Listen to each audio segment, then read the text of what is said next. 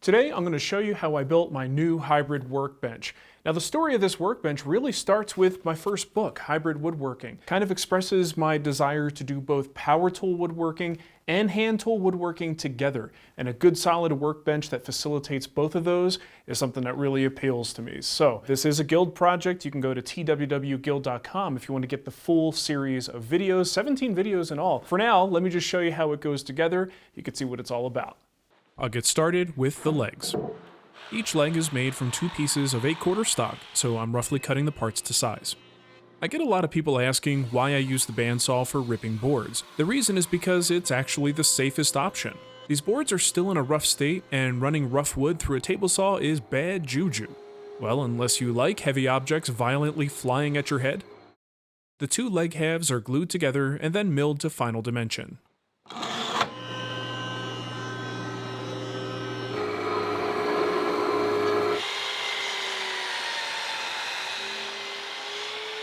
A good solid workbench needs good solid joinery, so I'll use a router and an edge guide to make the mortises in the legs.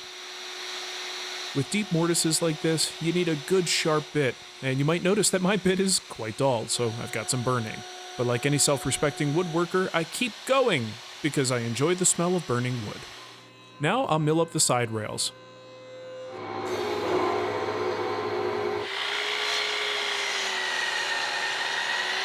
Using the dado stack at the table saw, I can make the tenons on each end. Because the tenons are square and the mortises are rounded at the corners, I'll quickly round the tenons so that they fit the mortises perfect-ish. Boom, shakalaka. The legs and the side rails come together with some sweet Type Bond 3. Now I'll work on the mortises for the front and rear rails. And then the rails themselves.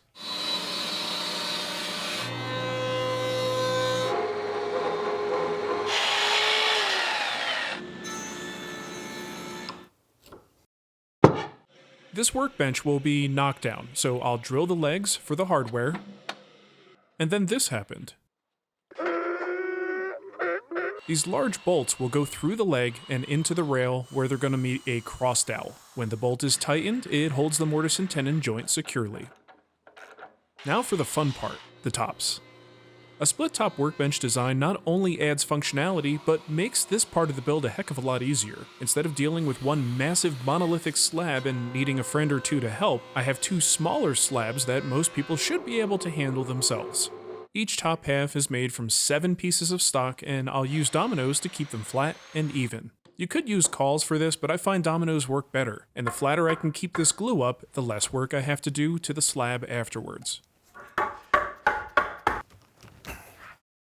Once the glue dries, I'll joint one face of the slabs and then an edge. I'm really treating this like a regular board in terms of milling. Unfortunately though, the slabs are already super flat, and we're just really cleaning off the glue at this point. I honestly probably could have gotten away with just sending this thing through the planer and calling it done. Now, you'll probably notice something a little bit odd here. I'm wearing gloves. Gloves are generally a bad idea around spinning blades, but in this case, the gloves are allowing me to control this massive slab. The danger of losing control of the workpiece or my hands slipping is greater than the danger of me contacting the blade with the gloves, so this is just a personal, strategic decision. I've had a split top for a long time, and I came up with an idea that'll make the gap even more functional. We'll see that later, but for now, I'm cutting a couple of grooves down the length of each slab. The tops are attached to the base using some chonky spack screws, so I'll pre-drill for those. And to help index the top on the base, I'll lay out and drill for some large dowels.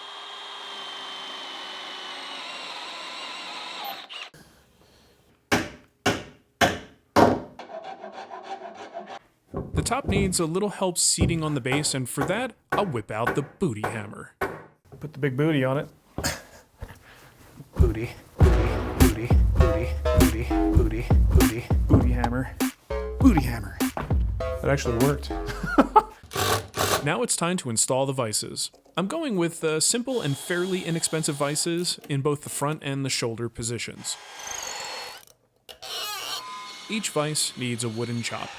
My tool cabinet that's going under the bench is made from walnut, so I'll use walnut here too as an accent. I'll drill the necessary holes, do a little shaping, and then install the hardware.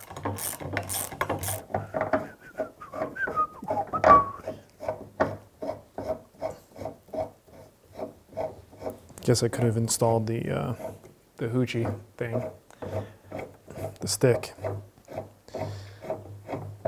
The gap between the slabs will be filled with a gap stop. This can really be made out of anything, but the key function is to fill the gap while also allowing it to pop up and be used as a plane stop. Adding a couple of notches allows the gap stop to sit flush when not in use.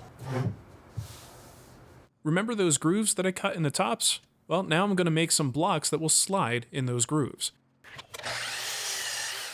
The blocks can be used for all kinds of things, like surface clamps, a tool holder, a magnifying lamp holder, or whatever else you can come up with. Next, I'll add a simple bottom shelf. You know, for putting things on. Yeah, baby! This is where I nap. For the dog holes, I'm going round. I made square dog holes on my last workbench, and while they were nice, I really like the simplicity of round dog holes and the fact that there are lots of clamps and accessories on the market that you can use with them. To help with work holding on the front of the bench, I'll put some dog holes there too. Now for some finishing touches. I'll replace the boring white handles with new ones made from walnut. And those rubber caps are actually just chair leg caps, and thankfully I was able to find them in black because the white looks different. Because the vise style that I chose for this bench will suffer from racking, I'll use some MDF to make a simple rack stop. This will help even out clamping pressure when clamping on one side of the vise or the other. Next, I'll install a 20 amp outlet right into the left leg.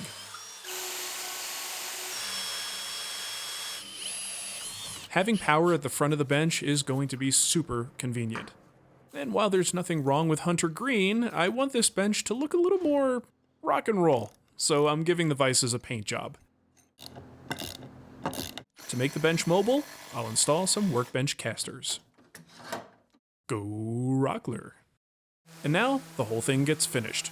I'm using Danish oil for the top so that it's super easy to repair whenever I need to. Everything else gets a wiping poly finish.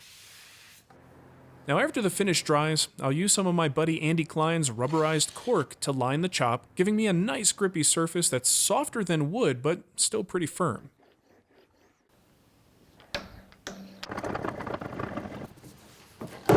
Finally, I'll bring in my tool cabinet and a nice finishing touch for the top. It's really important to identify your workbench in case someone tries to steal it. And that's it, a bench that's ready for a lifetime of hybrid woodworking. If you like what you see, you can get this full course at twwguild.com. It's a full 17 videos, and it goes into incredible detail on every step of the build. Thanks for watching, please subscribe, and I'll see you next time.